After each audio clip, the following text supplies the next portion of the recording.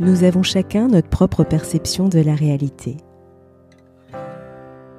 Il suffit parfois de faire un pas de côté pour faire évoluer le regard que nous portons sur nous-mêmes, sur les autres et sur le monde. C'est ce qui m'a conduit à créer le podcast Il y avait une fois.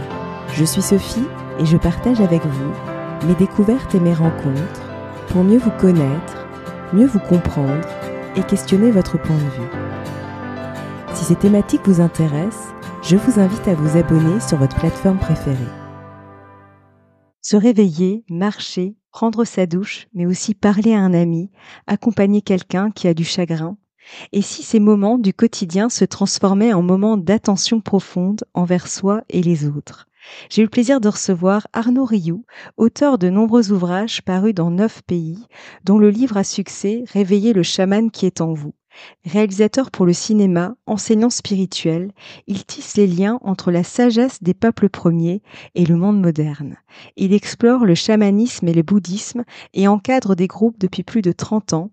Il est fondateur de la Voie de l'Acte, approche consciente de la totalité de l'être, du Moulin de Beaupré et le président de Terre Anima. Dans son ouvrage « La puissance des rituels » paru aux éditions Animae, il nous invite à explorer ce formidable outil que sont les rituels, outils universels, simples et poétiques, qui vient donner du corps à nos valeurs et à nos intentions et du sens à nos actions quotidiennes. Bonjour Arnaud et merci d'avoir accepté mon invitation. Bonjour Sophie, avec plaisir. Alors tu es l'auteur de La puissance des rituels paru aux éditions Animae. Rites, rituels et habitudes sont souvent confondus. Que faut-il entendre par rituel ? Oui, c'est important pour moi de commencer par cette question-là, puisque on peut effectivement confondre les rites, les rituels et les habitudes, et donc on va se dire je vais baptiser mon fils, c'est un rituel important.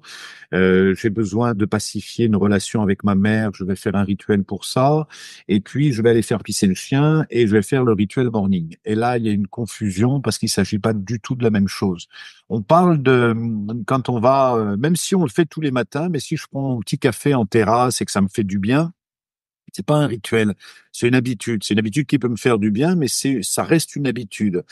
Ça devient un rituel à partir du moment où on associe une dimension visible et une dimension invisible. Et donc, on va ouvrir une action quotidienne à un sens et à une raison plus importante.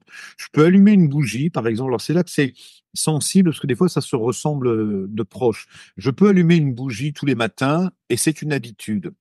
Et je peux décider consciemment de pacifier ma relation avec mes ancêtres, et donc je vais leur offrir une bougie. Et là, je vais allumer une bougie toujours, mais c'est pas la même intention. Ça devient à ce moment-là un rituel. C'est-à-dire que j'associe une action temporelle à une intention universelle, et c'est l'union du temporel et de l'intemporel qui crée le rituel. Et en quoi se différencie-t-il des prières ? Les prières, je ne fais que parler, c'est-à-dire utiliser la parole, ce qui est déjà une première étape. Hein. On va parler des rituels sûrement dans quel est leur but, mais on peut s'adresser à quelqu'un en lui écrivant. On peut penser à un ami, on peut appeler un ami et lui parler, on peut prendre sa voiture, faire 200 kilomètres et lui dire j'avais envie de te parler. On peut faire une vidéo, la mettre sur les réseaux sociaux en disant c'est une vidéo pour toi. Dans tous les cas, on s'adresse à un ami, mais ça a plus ou moins d'incidence. Et le rituel, c'est la même chose. Si on fait une prière, on associe simplement l'intention et la parole. Je peux prier pour moi, je peux prier pour d'autres, je peux prier pour la santé, pour la guérison, etc. Pour qu'il y ait un rituel, il faut qu'il y ait une action. Sinon, c'est pas un rituel, ça reste une prière ou une intention. Donc, dès lors qu'il y a une action et une intention, là, on parle de rituel. Et justement, pourquoi peuvent-ils déranger, voire faire peur ? C'est vraiment les rituels, si on regarde, parce que les rituels, ça existe depuis la nuit des temps. On a retrouvé dans les premières civilisations, il y a 80 000 ans, on pratiquait déjà les rituels. On pratiquait les rituels pour les enterrements, ça a été, enfin pour les inhumations, ça a été visiblement les premiers rituels, puisqu'on a retrouvé des sépultures avec comment dire, du pollen qui était associé de différentes fleurs. Donc, on en a conclu que la famille enterrait ses proches en la recouvrant de fleurs ou en mettant un objet de pouvoir. Par exemple, je vais mettre une carapace de tortue pour permettre, là, ça devient un rituel pour permettre au défunt, à l'âme du défunt de partir. Je peux mettre un scarabée pour gagner l'éternité. Je peux mettre une lance, comme certains l'ont mis, pour lui permettre d'être protégé dans ses passages vers l'au-delà. Donc, dans toutes les traditions, les rituels existent depuis la nuit des temps. Et ce qui est particulier, c'est que le rituel, il est associé au pouvoir.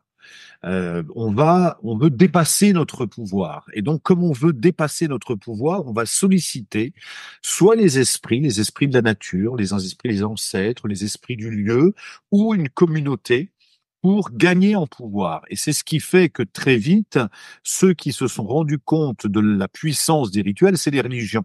Et donc les religions, pas seulement la religion catholique, mais la religion bouddhiste, la religion, dans toutes les traditions, on a voulu s'approprier le pouvoir des rituels pour s'approprier le pouvoir.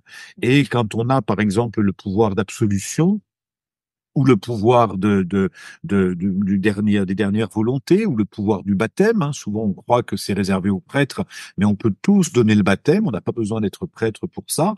Hein. C'est pas moi qui le dis, hein, c'est l'Église. On a vraiment la possibilité de donner le baptême. Et on peut aussi utiliser le rituel.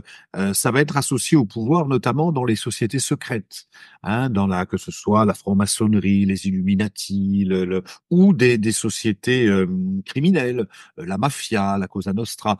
Toutes ces sociétés ont leur rituel. Et souvent, ce qui se passe, c'est que nous, on ne connaît pas le sens du rituel. Donc, on va voir, par exemple, deux personnes qui se saluent et qui vont, au moment de se saluer, se toucher l'auriculaire. Et nous, on va se dire, pourquoi ils se touchent l'auriculaire? C'est quoi le sens de ça? Et comme on n'a pas le sens, on ne sait pas pourquoi ils font ça, et ben à ce moment-là, ça va créer de la peur parce qu'on se rend compte que s'ils font ça, c'est pour gagner du pouvoir. On peut 5 personnes qui se retrouvent, qui s'habillent en blanc, qui lèvent les mains vers le ciel et puis qui tiennent dans leurs mains un os de poulet, par exemple. Si je sais pas quel est le sens de leur rituel, je vais avoir peur. D'ailleurs, je vais souvent appeler les gendarmes en disant, nous là qui sont en train de faire quelque chose de la République, il faut les arrêter. Et la gendarmerie risque d'arriver en disant trouble à l'ordre public, parce qu'il y a une forme de pouvoir. Et tout le monde le sent, tout le monde le sait. Parce que les rituels sont associés, sont porteurs de puissance. Et donc, des fois, on sait ce qu'on fait. Par exemple, je sais pas, je vais à l'inauguration d'un nouveau bâtiment et puis je vais voir quelqu'un qui coupe un drapeau tricolore. Si j'appelle la gendarmerie en disant j'ai vu quelqu'un qui coupait le drapeau français, ah bon, où ça? Bah là, ils ont construit un bâtiment, il y avait plein d'officiels, quelqu'un a coupé le drapeau français. Ah oui, mais il a coupé le ruban pour inaugurer le bâtiment. Donc c'est normal, c'est un rituel, mais c'est normal. Hein, Et donc, en fait, nous sommes des êtres de rituels. On a besoin des rituels parce que les rituels, ça nous relie à la dimension intemporelle, donc ça nous relie à quelque chose de plus grand que nous, ça nous ouvre au sacré, pas à la religion, mais ça nous ouvre au sacré, à la spiritualité, à quelque chose de plus grand. Ça crée du lien social, parce qu'au-delà de tous les rituels spirituels, religieux, il y a des rituels au quotidien. S'il y a un mariage, par exemple, même un mariage laïque, on va demander à ce que le marié et la mariée, à un moment donné, soient ensemble, se prennent dans les bras, se disent quelques mots, à ce que la famille... Un mariage, par exemple, où le rituel, où le marié et la mariée ne se rencontreraient pas, même un mariage laïque, c'est impossible. Un enterrement, on a un défunt dans la famille, ah bah il est décédé, je viens de le retrouver dans son lit, il est mort. Bon, bah on va le mettre à la poubelle, ça serait impossible. Donc on a besoin des rituels. Ouais. Et même pour les choses simples, si jamais on doit fêter le diplôme parce qu'il vient d'avoir son bac, ou il vient de soigner sa maladie, ou je sais pas, et qu'on boit du champagne, qu'est-ce qu'on va faire? On va trinquer. Là, ça devient un rituel. On n'a pas besoin de trinquer. On peut boire le champagne, il a le même goût. Hein. C'est toujours du vin blanc pétillant. Mais si on trinque pas, on va se dire il y a quelque chose qui va pas. Et ça peut même nous mettre en dehors de la société. Si jamais il y a une minute de silence, je veux dire, voilà, il y a eu un attentat à Paris, j'ai demandé une minute de silence. Si quelqu'un, pendant cette minute de silence, continue à parler, à rigoler ou à ricaner, on va considérer qu'il s'exclut de la société. Et il peut même risquer la prison. On a vu quand il y a eu les écoles qui ont fait des minutes de silence pour les attentats au Bataclan ou ailleurs, ceux qui refusaient la minute de silence, on se disait, OK, c'est complot, c'est association avec le terrorisme et ils peuvent être punis de ça. Donc le rituel a vraiment une puissance et c'est pour ça il fascine autant qu'il effraie. Ouais, très juste. Et justement, que peuvent-ils nous apporter dans notre quotidien? Bah, puisque ce sont des rituels qui apportent la puissance, et Ouais. c'est pas pour rien. C'est pas pour rien, c'est qu'ils apportent, depuis la nuit des temps, on a vu que les rituels, non seulement créaient des liens entre les mondes visibles et le monde invisible, mais ils permettent de donner du sens, ils permettent d'appuyer une action quand il y a un mariage, mais même laïque, ou une rencontre, ou une séparation, eh ben, je vais m'appuyer sur un rituel pour pouvoir passer à autre chose. Mais il y a des rituels de guérison, il y a des rituels pour se donner de la force, pour se donner du courage. Dans toutes les traditions, je pense aux traditions africaines, beaucoup, et indiennes aussi, où il va y avoir des rituels de passage à l'âge adulte. C'est-à-dire que l'enfant n'est plus un enfant, mais pour qu'il devienne un adulte, il faut qu'il passe un rituel. Donc ces rituels, ça va être de passer 2 nuits dans la forêt, voilà, avec un couteau pour se défendre. Et donc quand il saura se défendre, ça devient un homme. Ou les femmes, les jeunes femmes qui ont leur première lune, il va y avoir beaucoup de rituels où les femmes vont se retrouver entre elles en disant, voilà, maintenant, tu n'es plus un enfant, tu es en âge de procréer. Donc, le rituel permet aussi de prendre conscience. Ah, je suis plus un enfant. C'est quoi ce sang qui arrive? Bah, c'est maintenant que tu es une femme, tu as la possibilité de procréer. Et bien sûr, si ça ne se passe pas, par exemple, s'il n'y a aucun rituel, alors la mère peut dire, voilà, maintenant, c'est le début des problèmes, par exemple. Et l'enfant va se dire, ça y est, bah mince, manquait plus que ça. Ou alors, les femmes de la famille, comme ça se passe dans beaucoup de sociétés, peuvent prendre la jeune fille avec elle en disant, voilà, on va offrir tes premières lunes à la terre parce que maintenant tu es une femme. Tu fais partie du clan des femmes. Donc tu vas recevoir le soutien des femmes, tu vas recevoir l'approbation, la validation, l'intégration des femmes et tu fais partie du clan des femmes. Et donc, le même événement va être vécu de façon très différente en fonction de la façon. Et quand il est ritualisé, il est sacralisé. Il rentre dans la dimension du sacré. Et n'importe quel événement, depuis l'adolescence, passage à l'âge adulte, la naissance d'un enfant, où là, il y a beaucoup de rituels. Les Amérindiens, par exemple, gardaient le placenta et le cordon ombilical qui faisaient sécher, qui réduisaient en poudre pour faire un onguent et pour faire une médecine. Donc, l'enfant devenu adulte gardait dans un sac médecine cette potion de pouvoir qui lui permettait, par exemple, de gagner en puissance, de gagner en pouvoir ou en sentiment de sécurité, puisque c'est toujours un sentiment. Donc, toujours le rituel va nous permettre de renforcer notre pouvoir, de renforcer notre puissance. Il va permettre de créer du lien. Hein, si entre nous, on a un rituel, on a un passage, on va se retrouver ensemble et on va trouver un rituel. Et on peut inventer, il y a des rituels qui sont, comment dire, gravés dans le marbre, mais des fois on peut inventer un rituel en se disant, tiens, qu'est-ce qu'on pourrait faire comme rituel pour faire que ce moment qui sinon serait un moment quotidien et banal, comment on peut le sacraliser, le rendre unique? Et quel rituel correspond? Et c'est là qu'on peut inventer les rituels qui nous font du bien. C'est génial. Et justement, dans votre ouvrage, vous abordez plusieurs sphères de notre vie, dont nos relations avec les autres. En quoi les rituels peuvent-ils nous permettre de les pacifier?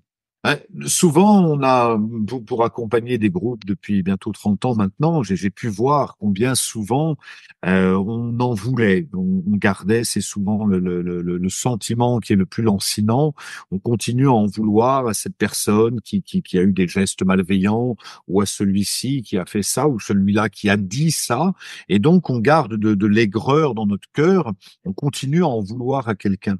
Et quand on continue à en vouloir à quelqu'un, le cœur se ferme. Et on peut avoir besoin de passer à autre chose.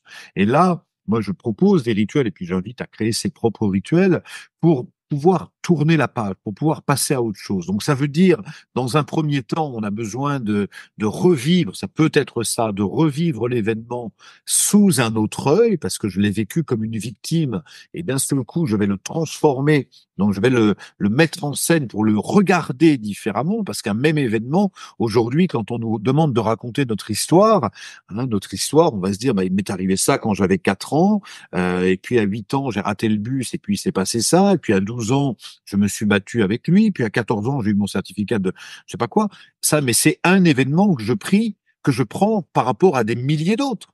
En fait, à 8 ans, j'ai pris le bus, mais j'ai pris le train, j'ai raté le métro, il s'est passé plein de choses. Et nous, on décide de prendre certains événements et de résumer ou raconter notre histoire à partir de ces événements qui me font dire j'ai été une victime, j'ai de la chance, j'ai pas de chance, ma vie est belle, ma vie n'est pas belle.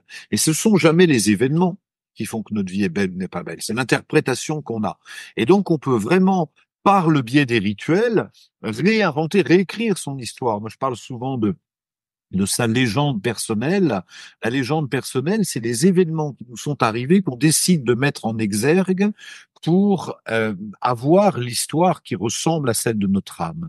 Et donc ça, typiquement, les rituels peuvent nous permettre, toutes les grandes aventures, la mythologie, elle est pleine de rituels. À chaque fois, c'est un rituel de dépassement. On fait ça, et puis on porte ça dans le sens du sacré, et puis il y a la mythologie grecque, la mythologie romaine, la mythologie maya, enfin, à chaque fois, ce ne sont que des rituels qui permettent d'ancrer un événement qui aurait pu être bénin ou anodin, en faire un point de départ de toute une tradition, de toute une lignée ou de toute une habitude.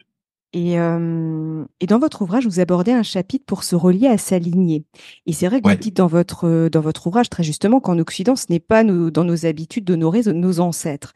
Quel est l'intérêt de réaliser des rituels en lien avec notre lignée, justement? Oui, merci de cette question. Moi, c'est peut-être mon lien avec le chamanisme mongol, puisque j'ai eu cette histoire d'être reconnu chaman par les Mongols, et pour qui les Mongols sont très, très en lien avec leur lignée, très en lien avec leurs ancêtres, comme le sont les Chinois, les Japonais, les Indonésiens et les Mexicains, énormément de traditions. Et qu'est-ce qui se passe quand on est en lien avec notre lignée? C'est vraiment comme un arbre qui est en lien avec ses racines. Un arbre qui est en lien avec ses racines, il va pouvoir puiser les sels minéraux dont il a besoin pour développer ses branches. Et les sels minéraux, les oligo-éléments qu'il va puiser par le biais de ses racines, nous, on va puiser l'énergie de notre lignée. Et souvent, dans notre tradition, enfin dans notre monde moderne plutôt, depuis pas longtemps, parce qu'avant on avait un lien avec les ancêtres beaucoup plus fort, nous aussi dans notre lignée celte, etc. On avait un lien avec les ancêtres qui était très très fort. Et dans les temps modernes, je sais pas, début du XXe siècle, on a commencé à se couper un peu de notre lignée et bien évidemment que ça nous fragilise. Quelqu'un qui est seul, qui est coupé de ça, perd en puissance, perd en rayonnement, on a besoin de rendre hommage comme j'aimerais évoquer ça aussi parce que peut-être c'est l'actualité, mais par rapport à dans notre lignée, il y a la lignée familiale, mais il y a aussi notre culture. Hein. Moi, par exemple, je suis français et fier de l'être. Mais quand je dis ça, aujourd'hui, ça peut être très très vite interprété en disant ah il est nationaliste. Pas du tout. J'aime mon pays. De la même façon, je suis breton et je suis très fier de ma région. Je me sens breton, je me sens français, je me sens aussi européen et je me sens fils et fille de la terre et du ciel. C'est pas l'un ou l'autre, c'est l'un et l'autre. Et je crois qu'on fait notre richesse en reconnaissant nos racines. Et les Mongols, puisque je passe beaucoup de temps avec eux, les chamans de Mongolie, eux sont très très en lien avec leur lignée d'une part, mais avec leur patrie. Hein, c'est les enfants de Gengis Khan, qui a été le plus grand empereur probablement de tous les temps. En tout cas, il a bâti l'empire le plus large au niveau géopolitique. Et les Mongols sont toujours fiers d'être Mongols. Donc, ils portent souvent des signes. Ils portent leur drapeau, ils portent leur lignée, ils portent leur symbole. Hein, c'est-à-dire les couleurs du drapeau. Si on demande aux gens, si jamais je me promène moi avec un drapeau français, je risque de ne pas pouvoir traverser Paris parce qu'on va se dire, oh là là, il est nationaliste. Pas du tout. Hein, je rends hommage et puis même les symboles, le coq, les trois couleurs du drapeau bleu, blanc, rouge. Souvent, on en est écarté parce que on a été fâché avec notre patrie. Voilà. Et ça n'a rien, encore une fois, ça n'a rien à voir avec ni le racisme, ni rien à voir avec ça. On peut aimer son pays, aimer sa culture, aimer son continent et aimer le monde entier. hein. Mais on est et dans son pays, on peut aimer sa région comme on peut aimer sa ville, hein. C'est au contraire très très complémentaire.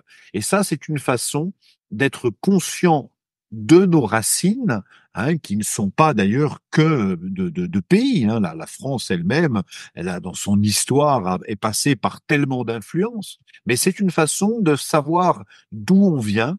Et comme un arbre qui puise les oligo-éléments, il a des racines solides. Je crois qu'on a des racines plus stables et plus solides quand on sait d'où on vient. C'est clair. Et dans votre ouvrage, vous en parlez à la fin, justement. Pourquoi la qualité de notre posture est-elle essentielle dans les rituels? Parce que la particularité d'un rituel, c'est qu'il joue avec le monde visible et invisible. Et donc, je peux m'allumer un cierge, je peux, dans les rituels, en fait, souvent les gestes qu'on fait dans les rituels sont simples. On va allumer un cierge, on va allumer une bougie, on va écrire une lettre, on va la brûler, on va écrire sur une pierre qu'on va enterrer, qu'on va mettre dans le lit d'une rivière, qu'on va percher à un endroit, on va... Donc, c'est des gestes qui sont très simples. Et si ces gestes ne sont pas associés à la conscience qui les accompagne, ils vont être réduits en intensité. C'est un petit peu comme je pourrais dire quand je salue quelqu'un que je vois pour la première fois. Si je passe et que je lui salue la main machinalement en regardant mon portable sans le regarder dans les yeux, 5 secondes après, non seulement il m'aura oublié, mais il va se dire, ce type est un impoli, c'est un imbu, j'ai pas envie de le rencontrer. Maintenant, si je ne le rencontre que 7 secondes dans ma vie, et pendant ces 7 secondes, je le regarde dans les yeux, je lui prends la main en le serrant dans les mains et en étant attentif et en étant souriant, ça, c'est pas un rituel pour autant, mais ça devient un geste chargé d'une intention. Et donc, je suis pleinement à ce que je fais, comme je peux être pleinement à ce que je fais dans chaque action de mon quotidien. Si je marche en étant conscient que je marche, si je mange en étant dans la gratitude de ce que je mange, en nourrissant la gratitude. Je décris par exemple plusieurs rituels au quotidien pour nourrir la gratitude, pour nourrir le sentiment d'émerveillement. Avec le même quotidien, je vais changer complètement ma vie parce que je vais changer mon regard sur la vie.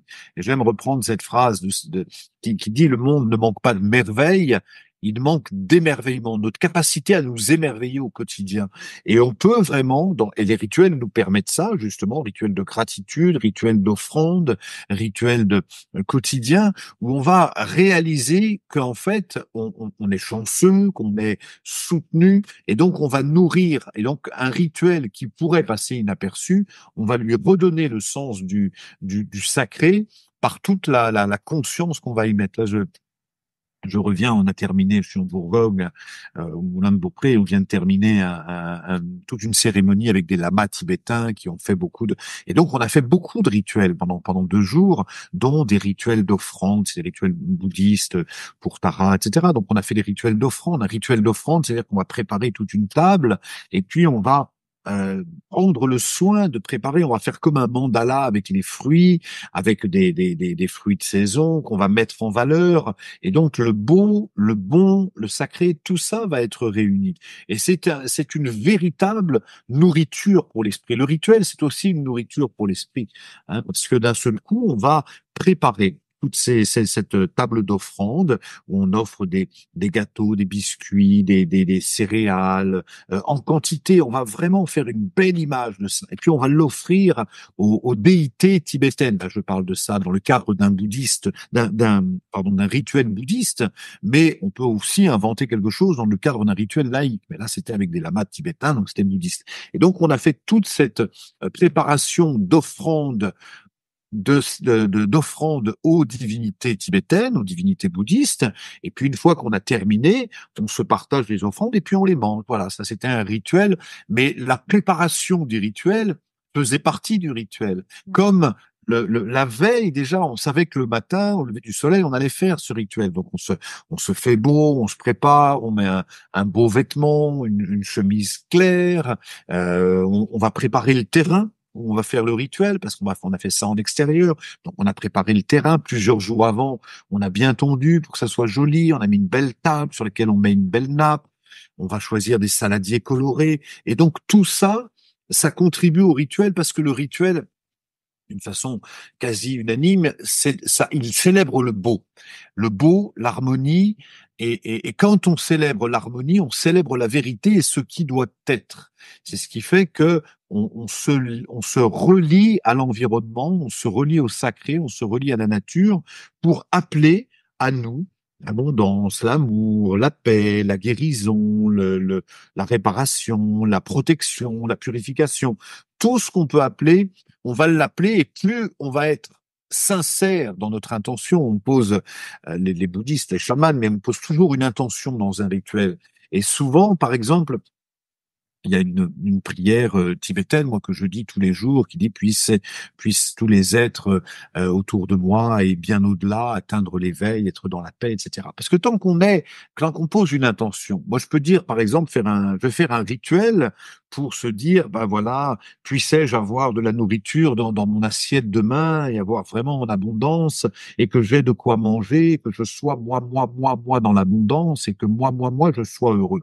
Mais si je fais bien mon rituel, je vais être entendu. Et donc, le lendemain, je me retrouve à une table, par exemple, et puis j'ai mon assiette qui est pleine. L'assiette de mon voisin, elle est vide. Et celle de mon voisin, elle est vide. Il n'a pas fait le rituel. Et d'un seul coup, qu'est-ce qui va se passer? Je peux pas me dire, bah, tant pis pour eux, je vais pas manger avec plaisir si je sais qu'ils ont leur assiette vide. Donc, je vais partager. Donc, autant partager au moment de faire le rituel. Et plutôt que de demander, moi, je veux ça pour moi, on va demander beaucoup plus large. Puissent tous les êtres être libres de la souffrance, puissent tous les êtres être en paix, en guérison, en santé, en harmonie. Et donc, je vais élargir le rituel. Et curieusement, moins mon rituel est égocentrique, égoïste, mieux il fonctionne.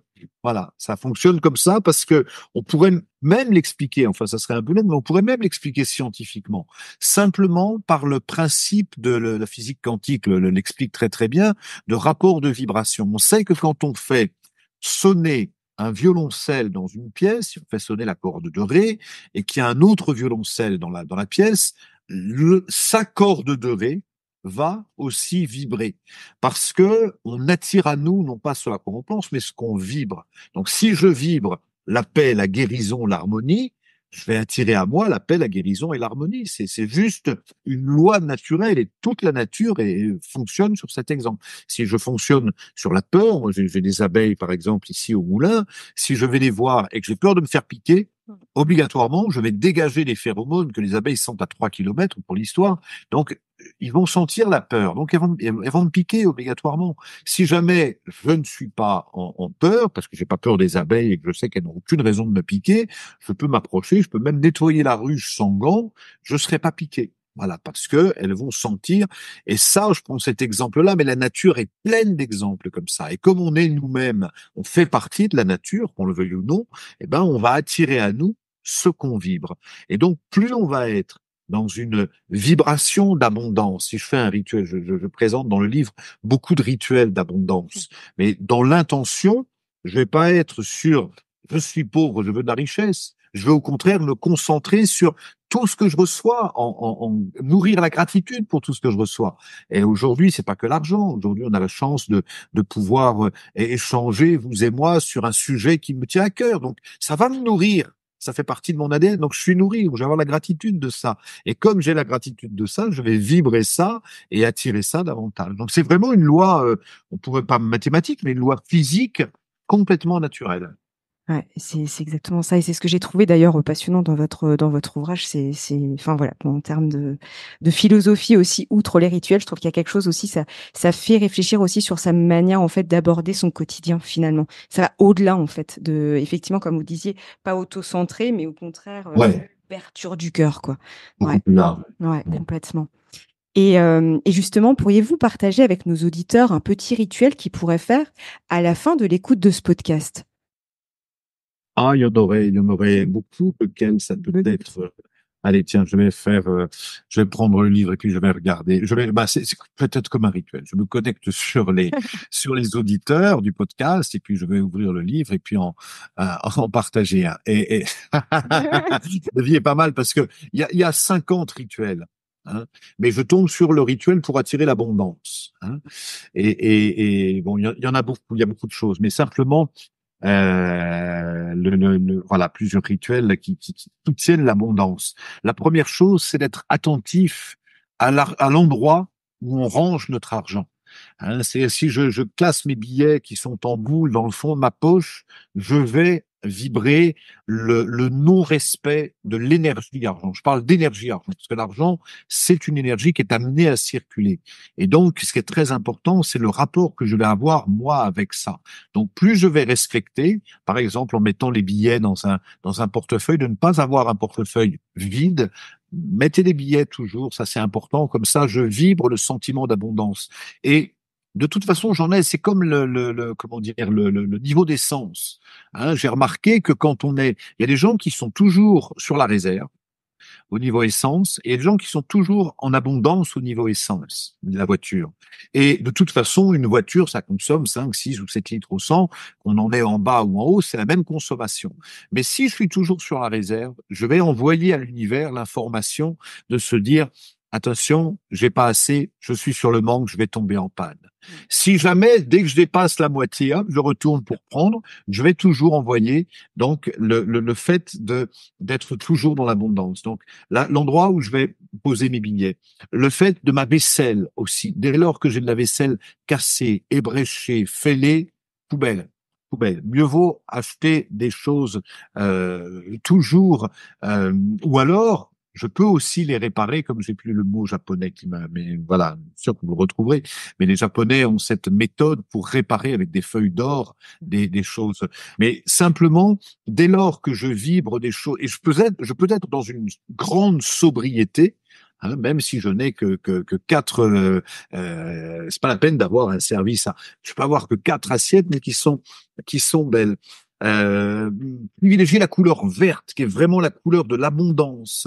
Et donc, régulièrement, on peut allumer une bougie de couleur verte en se concentrant sur tout ce qu'on reçoit. Là, ça devient un rituel. J'allume une bougie de couleur verte et je me concentre sur tout ce que je reçois. Ah, aujourd'hui, j'ai reçu l'appel de mes amis qui m'ont dit, ont pris des nouvelles. J'ai reçu des fleurs dans mon jardin. J'ai reçu la pluie. J'ai reçu, voilà. Et donc tout ça, ça contribue à l'abondance. Je pense aussi à fait d'installer une fontaine, une cascade, même il y a des fontaines aujourd'hui dans les magasins de bien-être, simplement pour faire circuler. Parce que l'abondance, c'est pas quelque chose de cloaque et de restant, c'est quelque chose qui est amené à circuler. Donc, si je fais circuler, je favorise voilà. Je privilégie toujours le fait d'avoir dans ma maison une zone associée à l'abondance. Hein, il y a des zones, vous pouvez regarder, hein, quand on regarde ce qu'on appelle le diagramme Bagua en Feng Shui, il y a vraiment un endroit, vous pouvez regarder le point cardinal qui correspond à ça, et c'est à cet endroit que vous pouvez poser un autel, que ce soit avec une figure, avec une photo, avec quelque chose dédié à l'abondance. Voilà. Puis il y a certaines pierres comme la citrite, la pyrine, le quartz, l'améthyste, qui sont aussi favorisent l'abondance. Donc vous pouvez, à partir de là, je vous ai pas donné un rituel, mais je vous ai donné beaucoup de pistes pour créer justement les rituels qui vous correspondent. Puisque c'est le but, c'est le but aussi de ce livre. Il y a 50 rituels, mais surtout, je préfère, moi, j'encourage les gens à devenir autonomes. Donc, je transmets des voies pour créer les propres rituels qui sont en adéquation avec notre propre vibration. Ouais, et ça, c'est chouette, effectivement. Et quel serait votre mot de la fin pour clôturer notre échange? Eh ben, se rappeler peut-être que tous les jours que la vie est précieuse, que la vie est sacrée, et peut-être, moi, il y a un rituel que je fais, pas une méditation, se dire si aujourd'hui était le dernier jour, qu'est-ce que je ferais, comment j'orienterais ma journée. Et là, d'un seul coup, ça m'amène à aller plus à l'essentiel. Et quand on veut aller plus à l'essentiel, plus on veut mettre plus de densité dans quelque chose, à ce moment-là, sur quoi on va s'appuyer? Sur les rituels. C'est pour ça que les rituels sont aussi magiques et aussi puissants.